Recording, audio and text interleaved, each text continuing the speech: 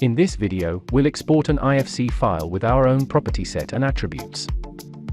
Choose the drawing files.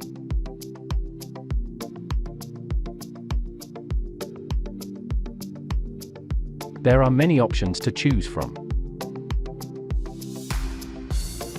In the attribute mapping, we will first create a new attribute mapping file. We can now choose attributes we want to export from the selection list.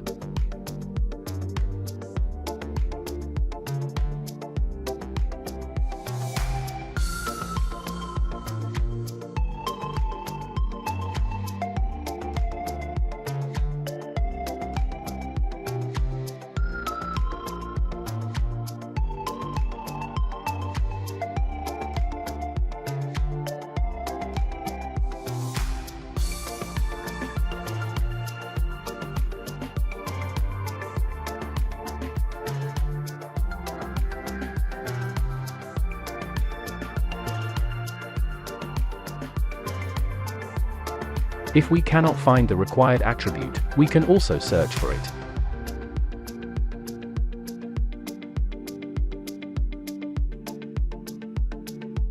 We can change the property set name for more clarity.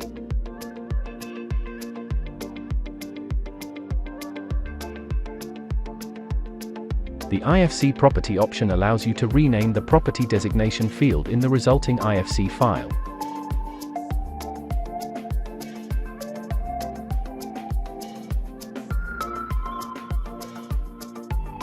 We can now export the IFC and check the result.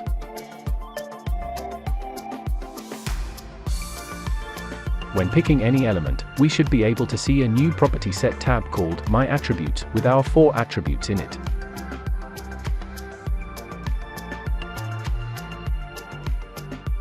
It could be some attributes don't exist for certain elements, so they won't be displayed in that case.